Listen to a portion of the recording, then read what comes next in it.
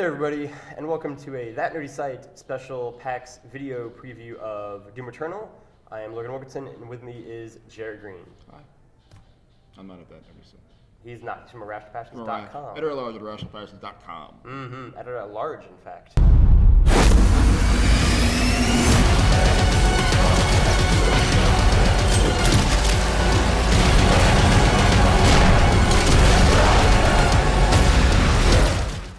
Doom Eternal, which me and Jared each played Thursday, I believe.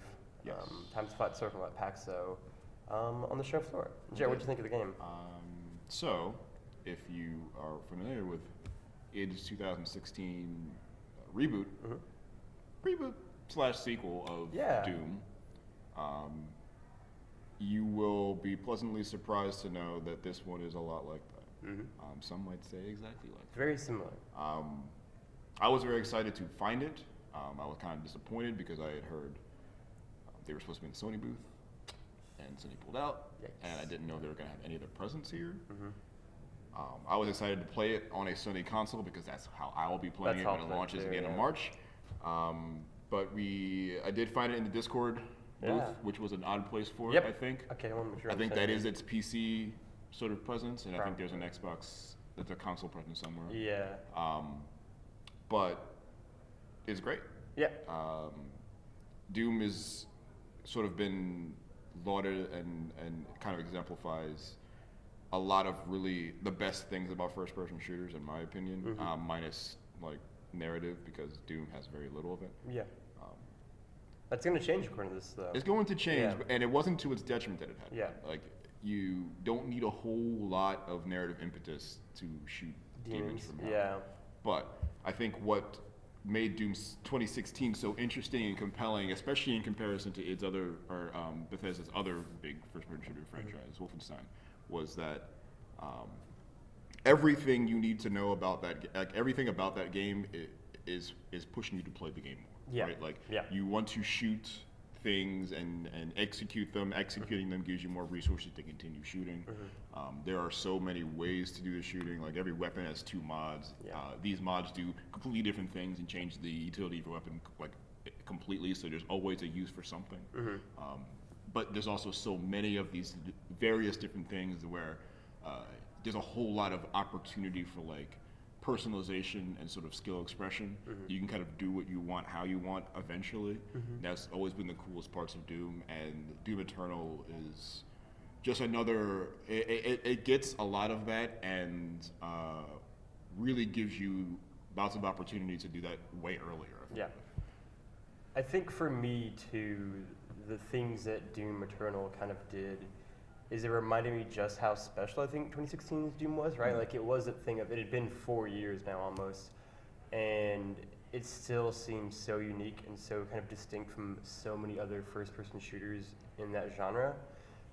Like the fluidity and I think the speed is something that's talked about a lot, but just even I think how cleverly designed each one of the rooms are and the enemies you face and how you're supposed to go about kind of combating them, like using certain weapons in each kind of given one, and I think that it just operates in a kind of a world space that most first-person shooters, especially that early into the game, I think don't, right? We were already encountering multiple different enemy types in like the very first area. We were already encountering kind of like multiple level, like platforms, levels in the first area, and that's before we would get into the fact of like it introducing new platform mechanics that I think ultimately might work. They were definitely kind of jarring at first, just kind of see them in the Doom game. Yeah, I think it was jarring to see it happen. Like I don't associate Doom, Doom, even Doom 3, which was attempting to be more of like a slower pace, almost immersive semi-horror game. I don't associate swinging on poles and climbing walls with Doom, and that's what's happening a lot early in Doom Eternal. And in my opinion, there hasn't been a good example of that sort of platforming elements sort of melding very well with the combat. It feels like it's kind of just really, it's platforming to transition to another room. Yeah. I haven't found the room or the arena or the set of spaces where you're using the walls and the poles in conjunction with all the other stuff you're doing. Like Titanfall 2, where I think it worked. Right, with Titanfall 2, where all the mobility is also part of, it's almost like another weapon. Yeah. I don't know that came across to me in the demo. I don't know if it will. Like, I do think it'll. I don't know. Like, it's hard to judge too because it was such. I feel like an early part of the game we were playing. Mm-hmm.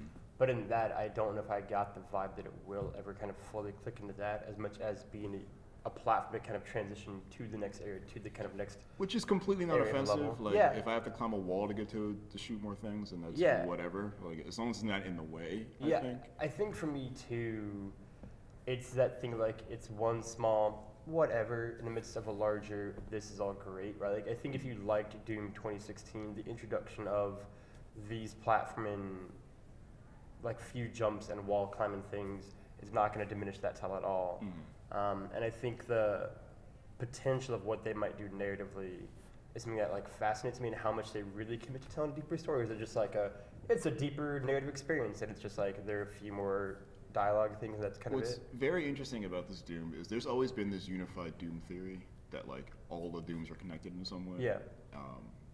That maybe Doom guy is actually like some sort of avatar of justice, like who has been created by like the green armor, the Praetorian armor he wears comes from hell, and like when you put it on, it turned him into something else. So he's now the next step in a legacy of like terrorists from hell.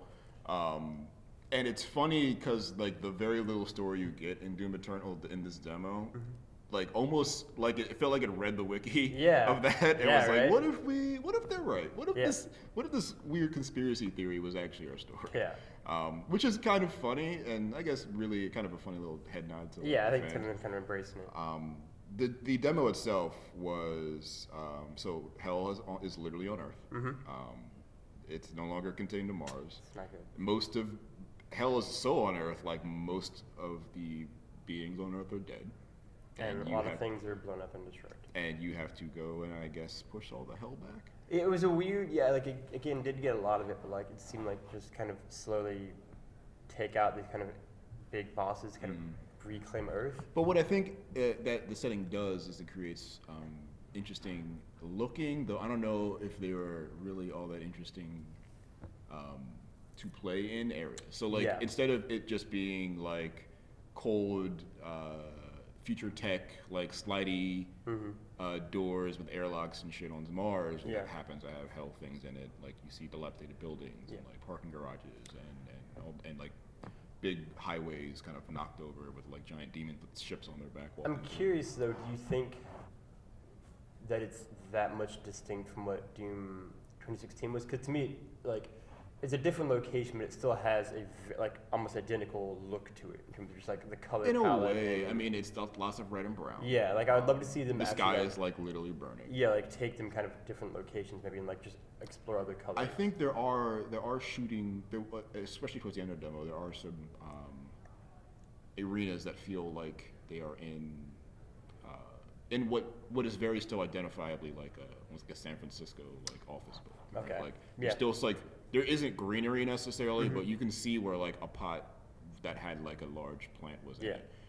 Light still kind of come through giant bay windows in the front. I mean, all these windows glasses are broken out, but it's a remarkable difference from the red sand pillars, mountains, and like future tech sleek hallways of the first game. And I think, if anything, this is an opportunity to, I guess, really at least have the tools in your tool chest to provide a different looking scenario. I don't know that ultimately these were so distinct that you would identify them. And maybe they will be, right? Like we don't know how the game will progress. And that just juxtaposed on the hell stuff. Like anyone who did the extra missions in Doom kind of saw what their vision of hell was. Like, big, like lots of wrought iron and like almost with flesh covering. Like you see a lot of that too.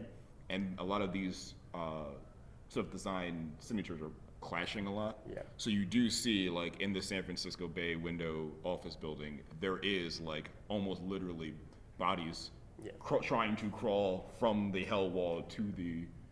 So I think if you're looking, you'll find those kind of cool little signature tweaks. I don't know that like you could point them out quickly if you put like screenshots side by side, but I think either way, like visually, the game is just gorgeous. Like it is an incredible looking video game. I think in 2016's Doom was as well, but they've had 4 more years, I think, to polish that engine. Polish what kind of rough edges there might have been, and it is like just sitting down, I was like, this is an incredible looking game. Like even like when there's a moment where you grab onto like one of the bosses and squeeze him, I think, a little tight. Just put it mildly, yeah. And just like his like facial features were just like so like immaculately done and like so detailed to like the smallest kind of grain on his skin. And I think what they're doing to kind of really push, I think, this current gen consoles in terms of like just sheer power is very, very exciting to see. Power both in visuals, but also in all the aspects of everything else. Yeah. Like you, all of these monsters have weak points. Yep. Even your basic demon. Yeah. These weak points are super important for like the mini bosses and stuff. Yep. Because that changes, like being able to shoot like one of the techno brain bros tails off is like the difference between having an easy fight and a hard fight. Yep. Really. 100%. The cacodemons, you shoot them in the mouth when they open their mouth, but yet now you kind of have to wait for the rhythm of them doing it.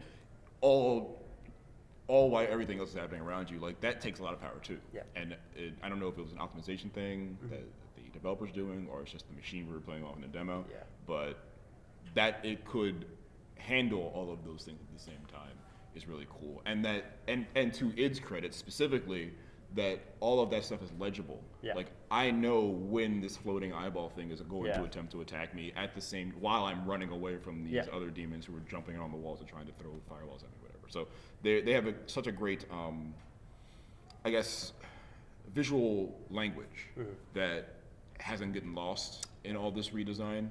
That is like a staple pillar of why Doom 2016 worked in all its frantic sort of chaos.